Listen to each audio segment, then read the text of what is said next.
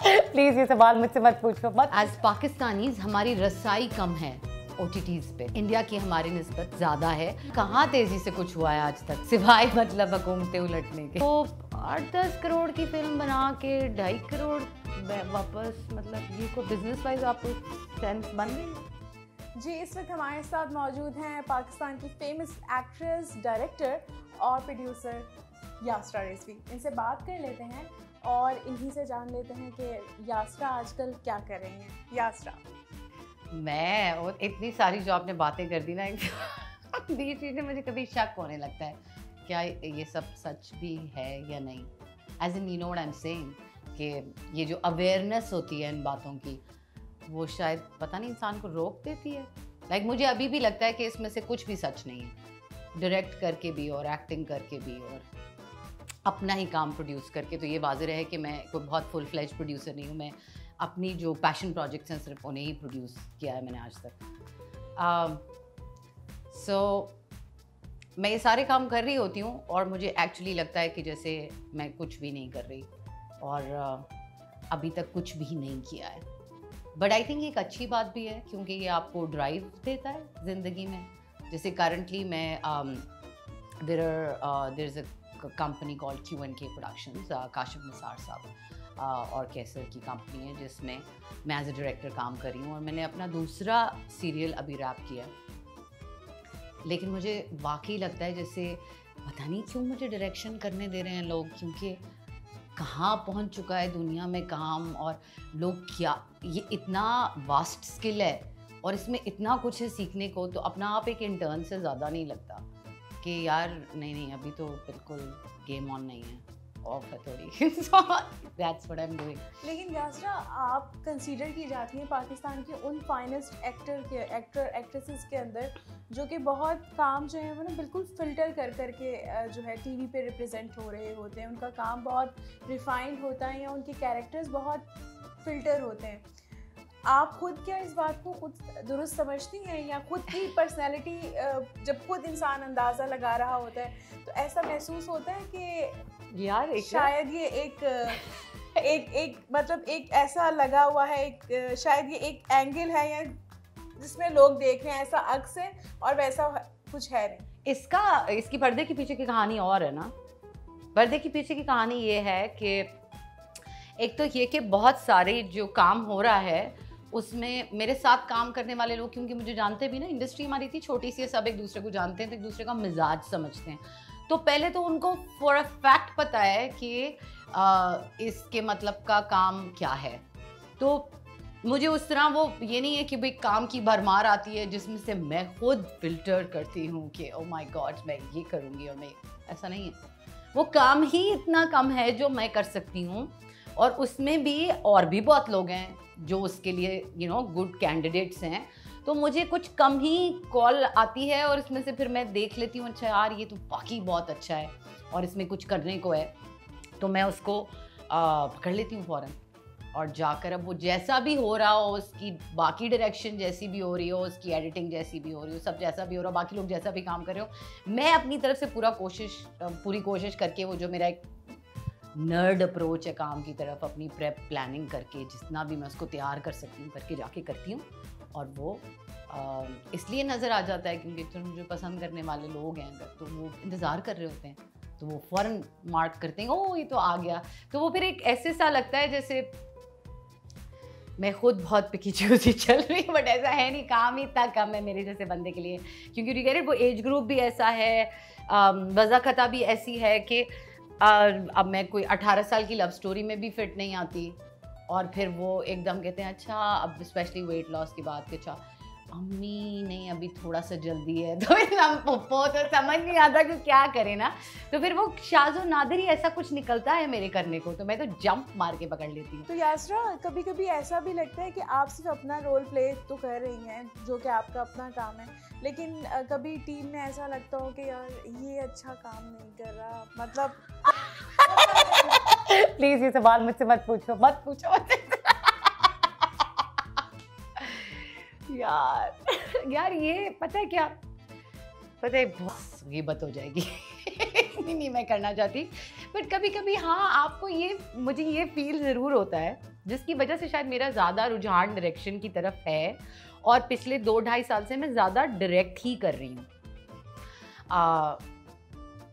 ऐसा फील होता है यार, क्यों नहीं होता, लेकिन उसकी वजूहात भी हैं, क्योंकि इतना सारा हमारे काम में लोग ऐसे हैं जो कि देर लर्निंग ऑन जॉब, कोई ट्रेनिंग नहीं है, कम उम्र हैं, कहीं एक्सपोजर कम है, कहीं अच्छा वो एक्सपोजर, चलें जी, लोग कहते हैं जी यूट्यूब की वीडियो आ गई हैं, अब तो बड़ा कुछ आ गया है सीखने को। यार वो सीखने के लिए भी हर एक के पास उतनी एजुकेशन नहीं है, वो ज़्यादातर वो चीज़ें अंग्रेज़ी में हैं, तो ऐसा महसूस होता है मुझे कभी। उसके अलावा कुछ ऐसी चीज़ें होती हैं जो एक सेट का माहौल होता है, कंट्रोल होता है सेट पे, सेट का डिसिप्लिन होता है, वो जब मुझे मिसिंग नज़र आता है तो मेरे जैसा बंदा बहुत चिढ़ जाता है। तो शायद मैंने डायरेक्शन का रुख ही इसलिए किया है क्योंकि शायद मुझे वो फील होता है कभी कभी, तो मुझे लगता है कि चलो मैं बहुत तीर तो नहीं मार सकूँगी, लेकिन चलो कुछ चीज़ें जो मुझे लगता है कि मैं बेहतर कंट्रोल कर सकती हूँ। सही। Probably I am a control freak, I don't know, कुछ ऐसा सा। लेकिन ये बताएं कि सब कुछ कंट्रोल होने के बाद, आपने बहुत सारी चीज़ें अपने हाथ में लेने के बाद, क्या हुआ सैंडी और मेंटल के साथ? अच्छा, सैंडी और मेंटल में सारी चीज़ें मेरे हाथ में नहीं थी ना। क्यों नहीं थी? क्योंकि सैंडी और मेंटल में एक बहुत बड़ी चीज़ जो कि, अच्छा डायरेक्टर के साथ क्या सीन होता है, जब आप सिर्फ एज ए डायरेक्टर जाते हैं ना, तो आप प्रोड्यूसर नहीं है, पैसे से आपका कोई ताल्लुक नहीं है। वो आपको बता दिया गया है इतना पैसा है, इतने डेज में प्लीज़ इसको ख़त्म करें। आपने अपने डिसिप्लिन के थ्रू उस टाइमलाइन में रहते हुए काम करना होता है। आपकी जॉब है सिर्फ क्रिएटिव प्रोडक्ट। सैंडी और मेंटल की मैं राइटर भी थी, उसमें मैं लीड एक्ट्रेस भी थी, उसमें मैं डायरेक्टर भी थी, और उसमें उसके इनिशियल पार्ट की मैं एग्जीक्यूटिव प्रोड्यूसर भी थी। क्योंकि उसका रीज़न ये था कि जब आप बिल्कुल नए डायरेक्टर होते हैं, आपके पीछे कोई फिल्म का पोर्टफोलियो नहीं होता, या and specially I don't know, I'm not playing the woman card here, but I'm saying that ऊपर से आप एक फीमेल डायरेक्टर होते हैं, who is not even, you know, on the younger side, newer side, तो फिर आपको कुछ पोर्टफोलियो देना पड़ता है। तो मेरी कुछ जमा पूंजी थी, तो मैंने कहा यार अच्छा पोर्टफोलियो नहीं है तो ये इन्वेस्ट कर देंगे अगर मैं इनको कुछ बना कर दिखा दूँ। सब ने यही कहा ना कि कुछ बना कर दिखा दो, तो you know, फिर आसान हो जाएगा।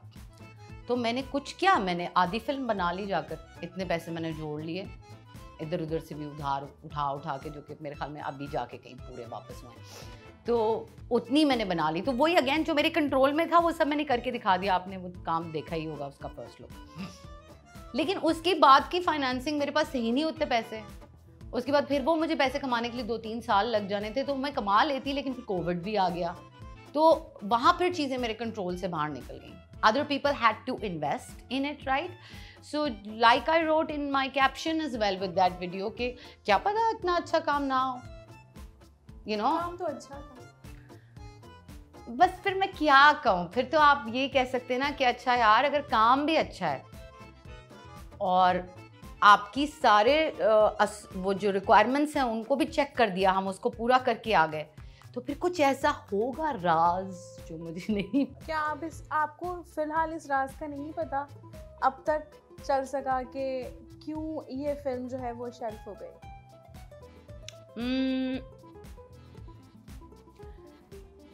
मुझे ऐसे लगता है जैसे ये मेरे अजम्पशंस हैं, ये गलत भी हो सकते हैं, मेरी अजम्पशंस हैं, या जो मैं एनालाइज कर पाई सबसे वो ये था कि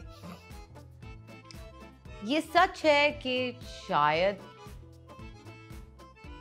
क्या ये तो सच ही है ना कि हमारी जो इंडस्ट्री है इस वक्त, जिसमें औरत पे इतना ड्रामा बनता है, उसमें अगर आप क्रिएटिव कंट्रोल की साइड पे जाएं, प्रोडक्ट का क्रिएटिव कंट्रोल किसके हाथ में होता है? डायरेक्टर के हाथ में होता है, प्रोड्यूसर के हाथ में होता है, और डिसीजन मेकर्स के हाथ में होता है। जो डिसीजन मेकर्स हैं स्टोरी टेलिंग में, वहाँ ख़वातीन का रेशो बहुत कम है, यू नो। औरतें एक्टर्स हैं, राइटर्स हैं, जिनके स्क्रिप्ट्स को भी बहुत ट्वीक भी कर लिया जाता है, कोई मसला नहीं है। मेकअप आर्टिस्ट हैं, आर्ट डायरेक्टर्स हैं, बहुत हद एडीज़ हैं, लेकिन शरह कम है।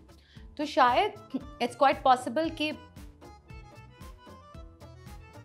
ऐसा लगा ना हो कि बीइंग अ वुमन में सब कुछ ही पुल ऑफ कर सकती हूँ, कि ये एक्टिंग भी कर रही है, डायरेक्शन भी कर रही है, अच्छा प्रोड्यूस भी करके लिया है, लिखा भी इसने, ये पता नहीं कर सकती है कि नहीं कर सकती। ऐसा भी पॉसिबल है, क्योंकि रिवाज ये नहीं है, ये आज भी और हमेशा से हमारे जो मेन पोजीशंस हैं वो डोमिनेटेड बाय मेन ही हैं।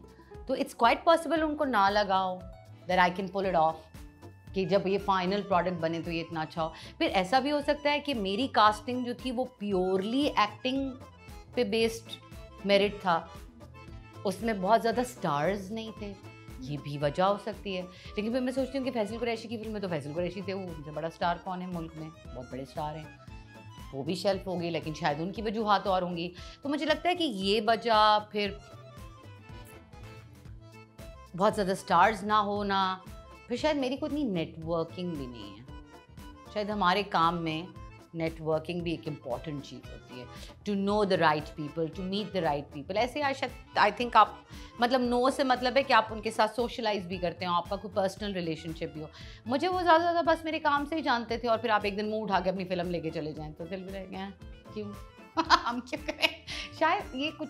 लेकिन आपको समझ में एक ही साथ 2 फिल्में, ऑब्वियसली आप कब से इरादा कर रही होंगी कि इसको शेल्फ कर देना है, एक ही दिन 2 दिन के अंदर ये एक खट्टे अनाउंसमेंट्स होती है 2।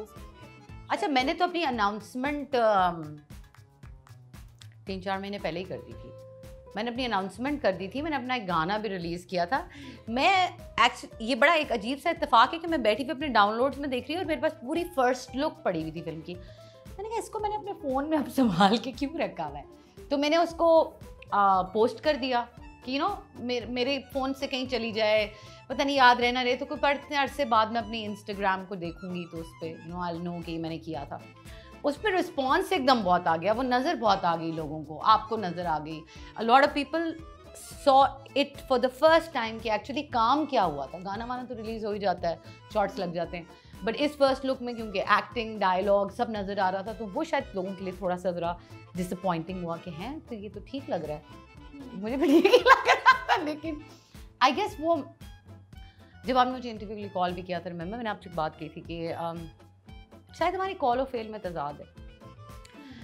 एक छोटे बजट की फिल्म बनाएं, नए लोग आके फिल्म बनाएं, एक्टर्स मैटर करते हैं, कंटेंट मैटर करते हैं, सेंटिमेंटल में ये सब कुछ सच था,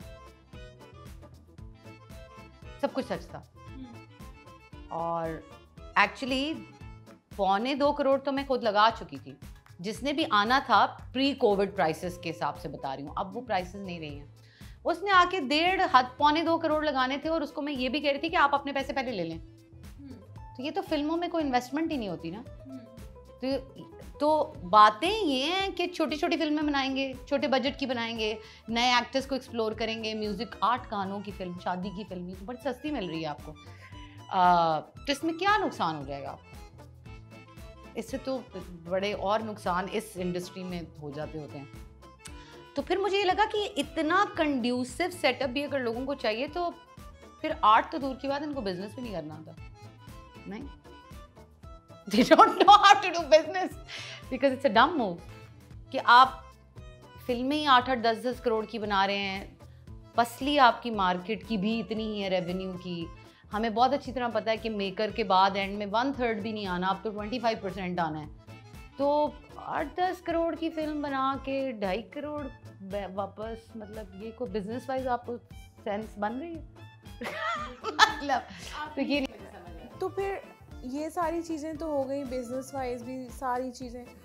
अब दिस हार्ट है ऑब्वियसली एक प्रोजेक्ट, एक बेबी की तरह आप उसको ग्रो कर रहे होते हैं। कितने दिनों की मेहनत थी, कितना इस पे आपने मेहनत लगाई, कितना टाइम इन्वेस्ट किया।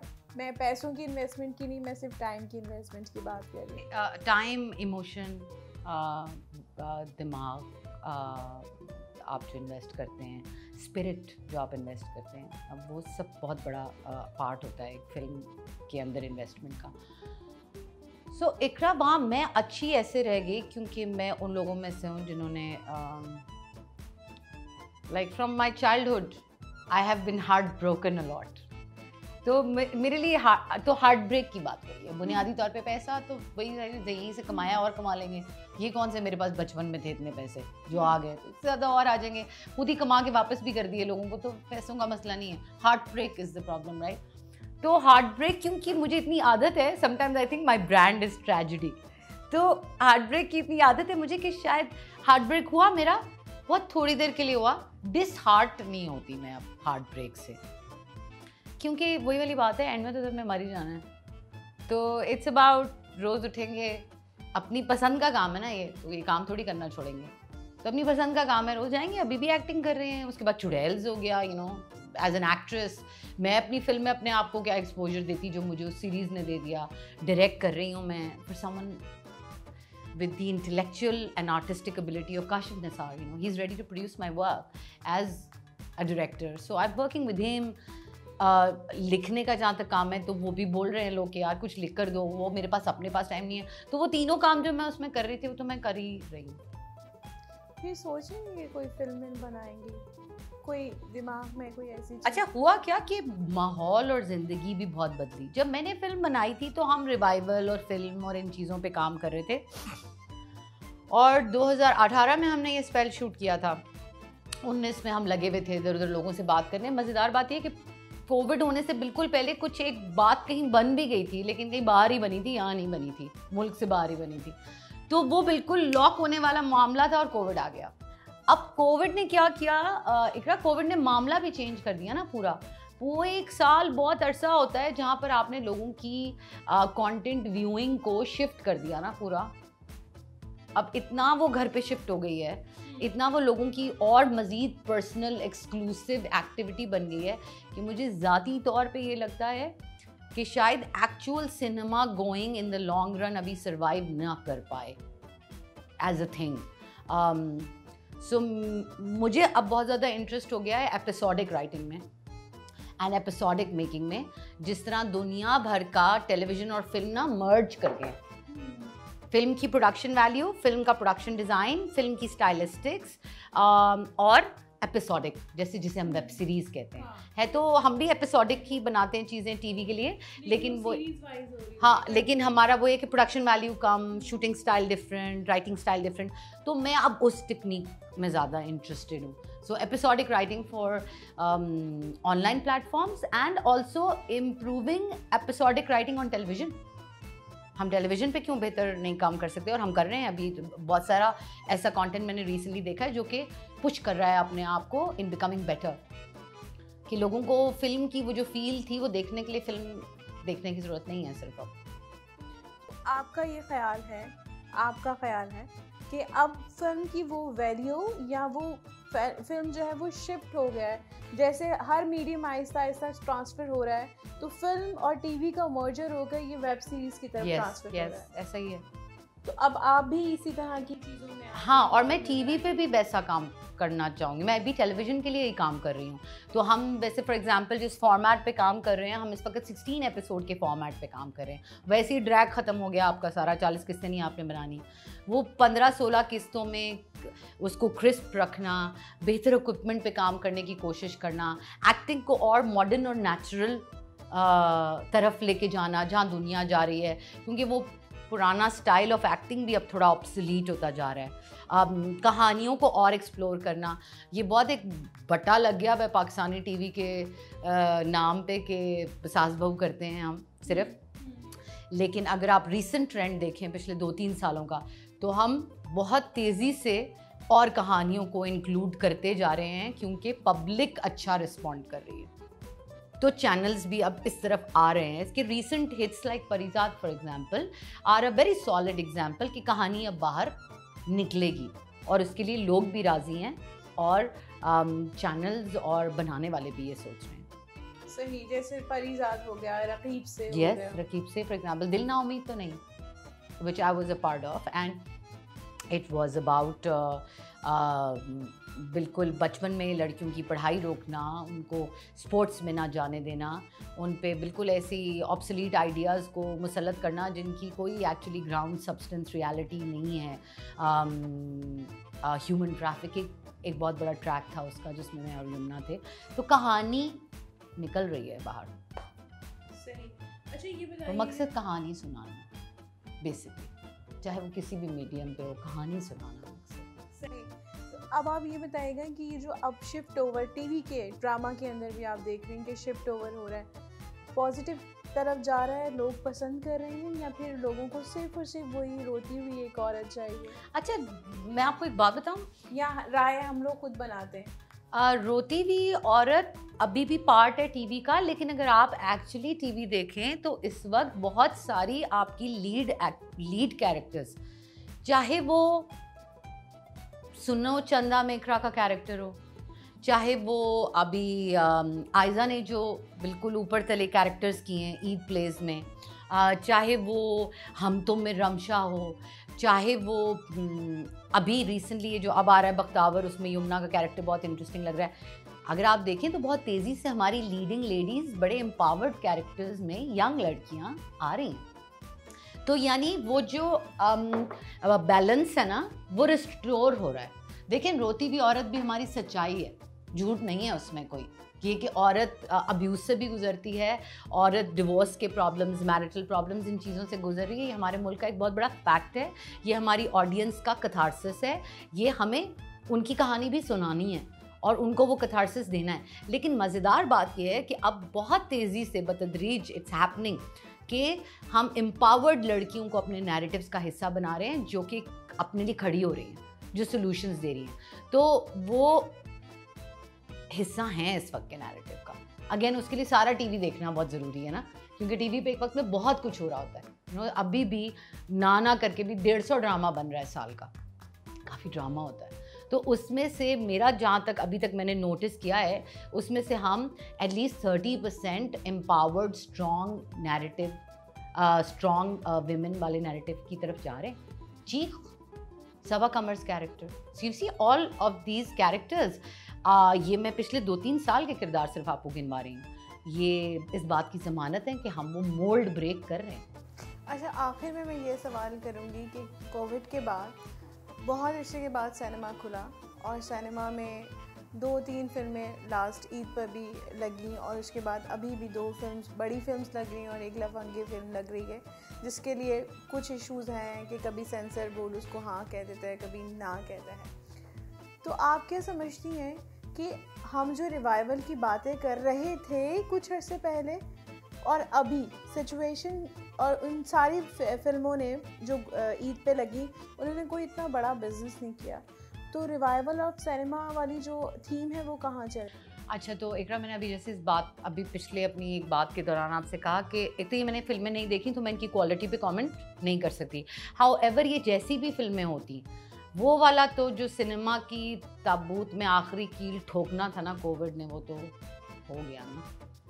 बहुत लंबा अरसा होता है ना, अगेन 1 साल ऑलमोस्ट, जिसमें लॉकडाउन मोस्टली रहा, कि लोग हट गए ना।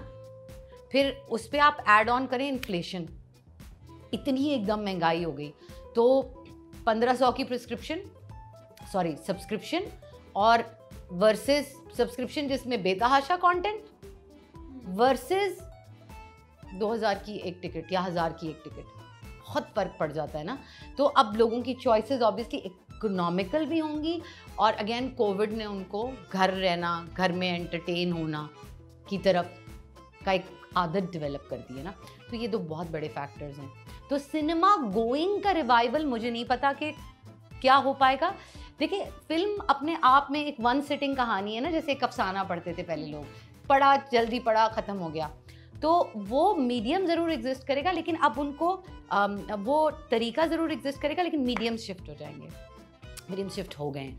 तो ऑनलाइन पोर्टल्स पे आपको वेब सीरीज़ भी मिलती है, आपको फिल्म भी मिलती है, दोनों चीज़ें एग्जिस्ट करती हैं। हमारा सिर्फ इस वक्त का सबसे बड़ा प्रॉब्लम ये है कि एज़ पाकिस्तानीज़ हमारी रसाई कम है OTTs पे, इंडिया की हमारी निस्बत ज़्यादा है, और वो उनके ही लोग बहुत सारे वहाँ बैठे हुए हैं जो कि प्रोक्योर करते हैं कंटेंट, तो उनकी प्रेफरेंस भी अपना ही मुल्क है, ऑब्वियसली वहाँ पर क्वालिटी कंटेंट वो सब भी बेहतर मिल पाता है।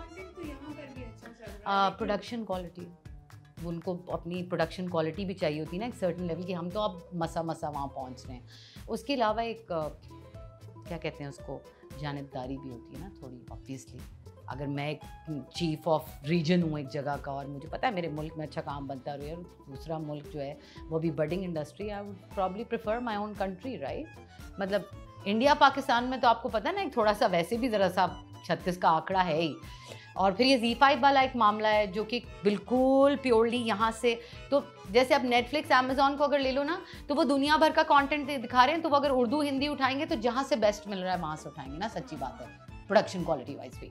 तो Z5 जैसे एक जगह है जिसको इसको केटर करना है, इस मार्केट को, उर्दू हिंदी बांग्ला सबको, तो वो यहाँ पर से वैरायटी उठाना चाहेंगे। वहाँ पर आपको पता है वैसे हमारे क्या मामलात हो गए, लेकिन फिर भी हम थोड़ा थोड़ा काम उनके लिए कर रहे हैं। तो हमें अभी फ़िलहाल मेरे ख्याल में हमारा जो सबसे बड़ा चैलेंज है वो है कि या तो हमारा अपना कोई अच्छा बड़ा ऑनलाइन प्लेटफॉर्म हो, या फिर हमें रसाई मिले अच्छे बड़े प्लेटफॉर्म्स तक, और वो हमसे काम बनवाना चाहें, तो फिर बहुत सारे और एवेन्यूज खुल जाएंगे। और आई थिंक हम वहाँ जा रहे हैं, इट्स हैपनिंग। हो सब कुछ रहा है लेकिन थोड़ा आहिस्ता हो रहा है। होप सो कि तेजी से हो ताकि यहाँ के भी वेन्यू जो है बढ़ते चले जाए। यहाँ कहाँ तेजी से कुछ हुआ है आज तक, सिवाय मतलब हुकूमतें उलटने के। यहाँ कुछ तेजी से कहाँ होता है, सिर्फ वही काम तेजी से होता है। थैंक यू सो मच यास्रा, आपके टाइम का थैंक यू। आपका और बहुत आपकी मेहमान है। आप, you're most welcome anytime. Thank you. Thank you. Bye.